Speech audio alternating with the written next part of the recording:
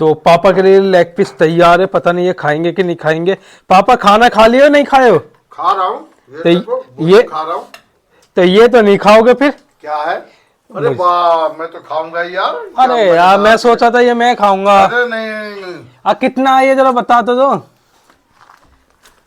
1 2 3 4 5, क्या बात है। 5 इसमें लेग पीस। दो है लेग पीस और 3 है टंगड़ी। मजा ही अलग है। मजा ही अलग है भाई साहब, ये तो खाऊंगा जरूर।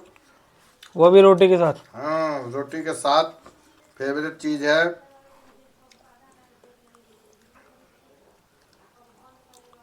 कम मजेदार। गजब।